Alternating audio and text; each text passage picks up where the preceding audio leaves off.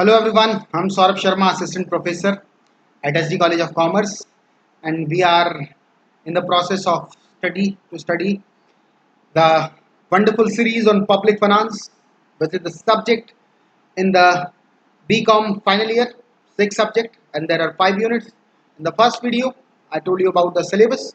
In the second video, I told you about the introduction of the subject, and in the third video, I told you about the importance of the subject. And in this fourth video, I'm going to teach you about the in subject matter of public finance. We already discussed all this terminology, but officially we have to discuss with the content, and in this video we are going to study the subject matter of the public finance. It means what is the key, what is the core, what is the heart, what is the brain of the public finance. And as I told you, there are 3 4 cores of the public finance. Let's start. What is the core of public finance? The first one is public expenditure. Second core or subject matter of the public finance is public revenue.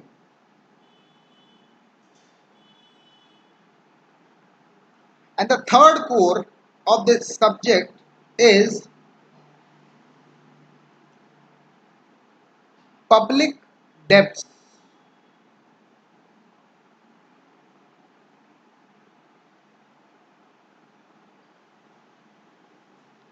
And the fourth core and the fourth subject matter is federalism.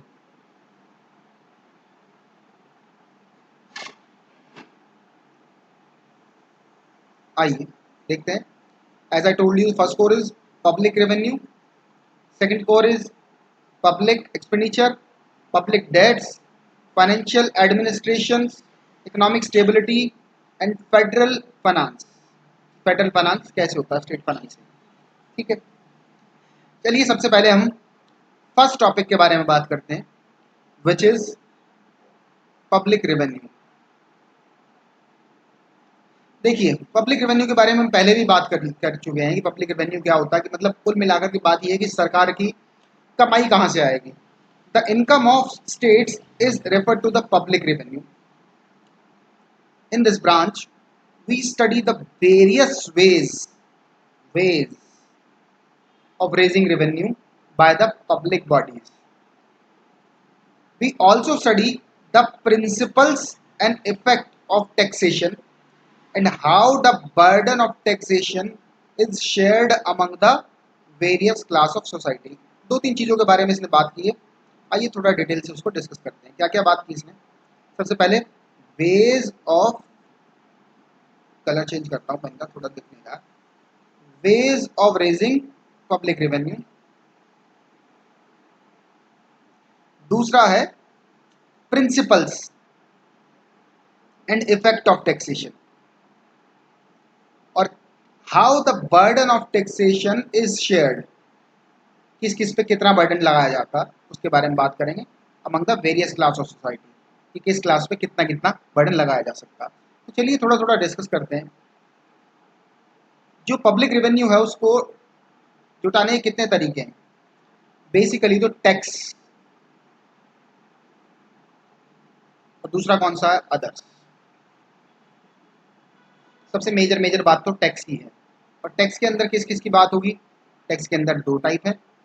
कौन कौन से हैं. सबसे पहला तो है direct tax,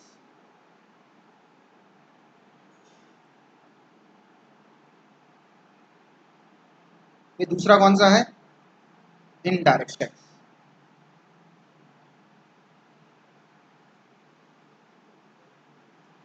direct tax में burden किस पे होता है, डायरेक्ट एसएससी पे यानी टैक्स पेयर पे होता.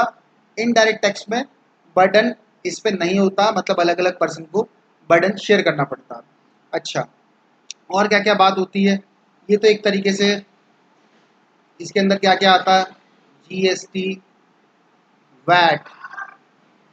इसके अंदर क्या क्या आएगा, डायरेक्ट इनकम टैक्स. ठीक है, और भी बहुत सारे हैं, उसके बारे में बाद में डिस्कस करेंगे.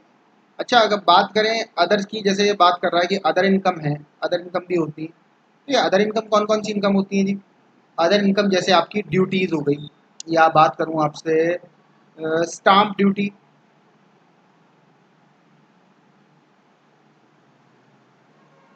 या आप प्रॉपर्टी ट्रांसफर करते हो तो स्टाम्प ड्यूटी देनी पड़ती है ना। दूसरी आपकी कौन सी हो गई? पेनल्टीज,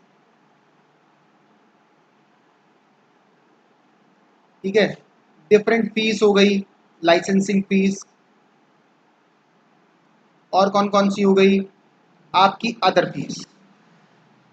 कुल मिलाकर के सरकार की कम सोर्स है क्या पैसे के? कहीं से भी ले लेती है सरकार तो, लेकिन यहाँ थोड़ी ऑफिशियली की बात हो रही है, ठीक है। तो हमने बात करी पब्लिक रेवेन्यू में क्या क्या बात होगी, टैक्स की और अदर की, डायरेक्ट टैक्स, इनडायरेक्ट टैक्स, ठीक है। डायरेक्ट टैक्स में इनकम टैक्स है, इनडायरेक्ट टैक्स में जीएसटी, वैट है और बहुत सारे अदर्स हैं। तो जो दूसरा सोर्स है हमारा इनकम का, वो कौन सा? Stamp duty, penalty, licensing fees and all others, ठीक है। चलिए मूव करते हैं नेक्स्ट टॉपिक की तरफ। नेक्स्ट टॉपिक है हमारा public expenditure. It deals with the principle, अच्छा इतनी हमने बात कर ली। It deals with the principle, अब दूसरे के बारे में बात करनी है हमें, पब्लिक फाइनेंस।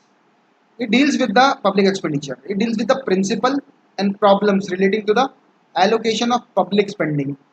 कि कहाँ कहाँ पे पैसा खर्च करना. We study the fundamental principle of government and the flow of public fund in the different channel, classification, justification, and public expenditure. Expenditure policy of government and the measure adopt for the public welfare state. आइए बात करते हैं किस किस के बारे में बात की. सबसे पहले बात करी इसने प्रिंसिपल, किस चीज़ के प्रिंसिपल? प्रिंसिपल के बारे में बात की है। किस चीज़ के प्रिंसिपल के बारे में बात कर रहा है? Relating to allocation of public spending. कुल मिलाकर के मोटी मोटी बात जो है एक्सपेंडिचर में ये है, एलोकेशन करना है एक पैसे का कि कहाँ कहाँ आपने खर्च करना है, ये डिस्कस करते हैं। जैसे आपका एक्सपेंडिचर है, आप कहाँ कहाँ खर्च कर सकते हो भाई? आप खर्चा कर सकते हो एजुकेशन पे,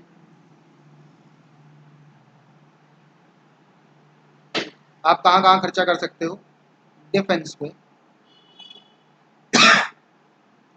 आप और कहाँ खर्चा कर सकते हो अपना? अपनी हेल्थ पर, अदर सर्विसेज पर। तो कुल मिलाकर के आपके टोटल जो फंड्स है, उस फंड्स को आपको किस में कितना देना? मान लिया आपने कह दिया मैं एजुकेशन को 6% दूंगा, आपने कह दिया मैं डिफेंस को 15% खर्चा करूंगा, आपने कह दिया कि मैं इंफ्रास्ट्रक्चर पे इतना खर्चा करूंगा। तो कुल मिलाकर के एक पूरा ग्राफ बना दिया जाता है कि आप खर्चा कहाँ कहाँ करेंगे, उसके बारे में रिगार्डिंग बात हो रही है इसके अंदर, ठीक है गाइज। चलते हैं नेक्स्ट टॉपिक की तरफ।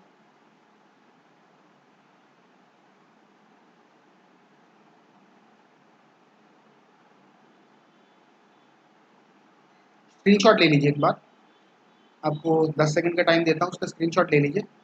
अगर आपको कुछ करना है तो इसमें से आप कर सकते हैं। फिर मैं इसको रब कर रहा हूँ। आई होप आपने स्क्रीनशॉट ले लिया होगा।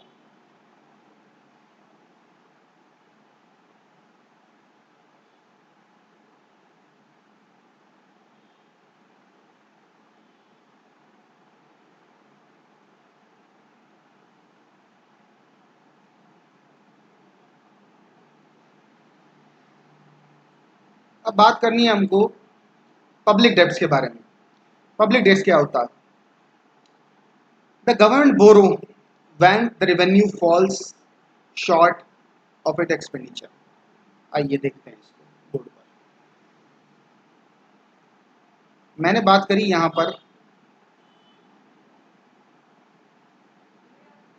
एक चार्ट बना देता हूँ छोटा सा।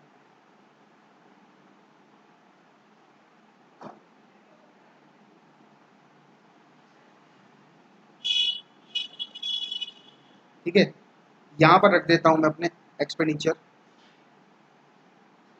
यहाँ पर रख देता हूँ अपनी इनकम, ठीक है जी।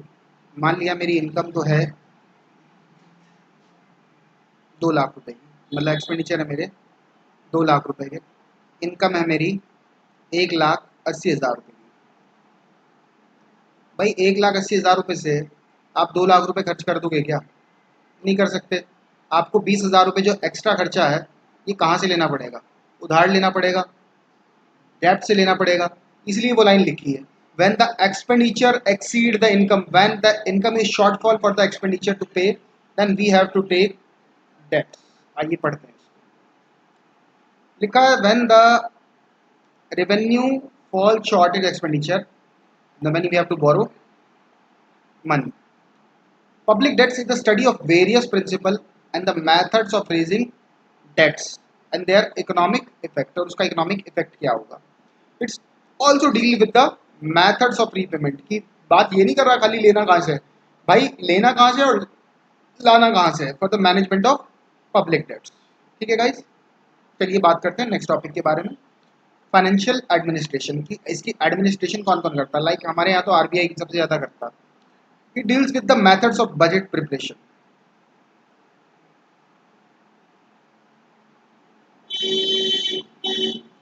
इसके लिए हमारे पास एक कमीशन है जिसको क्या बोलते हैं, मैं पेन का कलर चेंज कर देता हूँ. एक हमारे यहाँ एडमिनिस्ट्रेशन जो बना है इसके लिए, उसको बोलते हैं प्लानिंग कमीशन.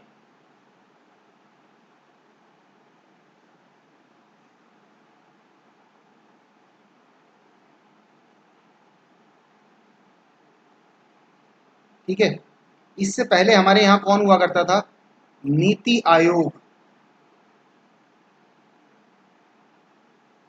गलती हो गई इस बार. नीति आयोग, हिंदी में थोड़ा हाथ टाइट है, एडजस्ट कर लीजिएगा. नीति आयोग. तो नीति आयोग पहले हुआ करता था, जो हमारे क्या चला करते थे, 5 ईयर प्लान. अब ये खत्म कर दिया. अब प्लानिंग कमीशन आया हमारे यहाँ, सॉरी प्लानिंग कमीशन कह रहा हूँ, एक कमीशन बना प्लानिंग करने के लिए. अब हमारे यहाँ उससे काम चलता. आरबीआई हमारे यहाँ फाइनेंशियल एडमिनिस्ट्रेशन है सबसे बड़ी, जो काम देख रही है आजकल बैंक्स के रिलेटेड का. तो methods of budget preparation, various types of budgets, budget banana, war financing, जो पैसा आएगा वॉर के लिए वो कहाँ से लेना है, डेवलपमेंट फाइनेंस, जो डेवलपमेंट करना है उसका पैसा कहाँ से आएगा. This financial administration refers to the mechanism. एक मैकेनिज्म है, एक सिस्टम है by which financial functions are carried on, जिससे फाइनेंशियल फंक्शन चल सके. On the other hand, the financial administration studies the organisation and disturbing disbursing the finance of the state. ठीक है guys, अब बात करते हैं फाइनल टॉपिक के बारे में, इकोनॉमिक स्टेबिलिटी एंड ग्रोथ. जो हमारा इसका फंक्शन है वो एक ये भी फंक्शन है कि फाइनेंशियल स्टेबिलिटी और ग्रोथ के लिए हम काम करें. The use of public revenue and public expenditure to secure stability in the level of price by controlling inflationary as well as deflationary pressure is studies. करना क्या है काम? The use of public revenue और public expenditure का use क्या कर किस लिए करना है? ताकि इन्फ्लेशन और डिफ्लेशन ना हो. Similarly the income and expenditure policies adopted by the government as so to attain the full employment, ताकि सबको काम मिल सके. Optimum use of resources, resources का अच्छे से यूज हो सके, और इक्विटेबल डिस्ट्रीब्यूशन ऑफ इनकम हो सके. कुल मिलाकर के मोटी मोटी बात कौन कौन सी कही इसने? इन्फ्लेशन और डिफ्लेशन कंट्रोल हो सके, सबको एम्प्लॉयमेंट मिल सके, रिसोर्सेज का अच्छे से इस्तेमाल हो सके, और इक्विटेबल डिस्ट्रीब्यूशन ऑफ इनकम हो जाए. तो मतलब सबको डिस्ट्रीब्यूशन इक्वल हो इनकम का, ऐसा नहीं है किसी को ज़्यादा मिल रहा है किसी को कम मिल रहा है. कुल मिलाकर के अंदर इस वीडियो के अंदर हमने बात की बेसिक टर्मिनोलॉजी की या सब्जेक्ट मैटर की, जो हमें इसके अंदर पढ़ना होता है. स्क्रीनशॉट ले लीजिए, 10 सेकंड आपको दे रहा हूँ स्क्रीनशॉट लेने.